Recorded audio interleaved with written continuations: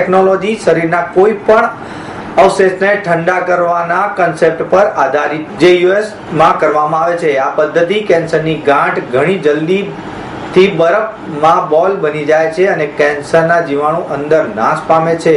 Advance સ્ટેજમાં ઘટાડવામાં પણ કેન્સર માટે તાજેતરની રોબોટિક સારવાર ખૂબ જ ઉપયોગી છે. રોબોટિક સારવાર પદ્ધતિ ફુડા કેન્સર હોસ્પિટલ ચાઇના દ્વારા આ વિશ્વમાં ટેકનોલોજીનો ઉપયોગ કરવામાં આવે છે, જે ટોચના 5 કેન્સર હોસ્પિટલ પૈકીની એક છે.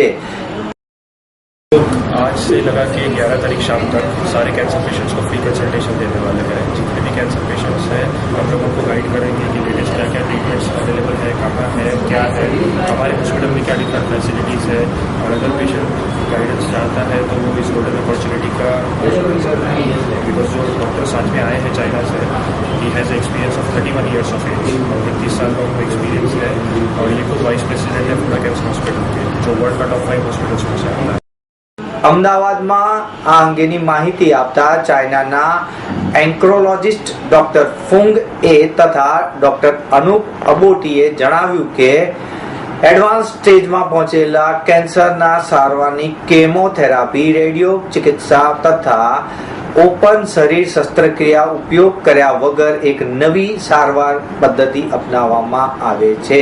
રોબોટિક સારવાર પદ્ધતિ એ પીડા રહિત અને ટાંકા વગરની પ્રક્રિયા છે, જેમાં કોઈ પણ આડઅસર થતી નથી અને કેન્સરના કારણે થતી પીડામાં ઘટાડો થાય છે.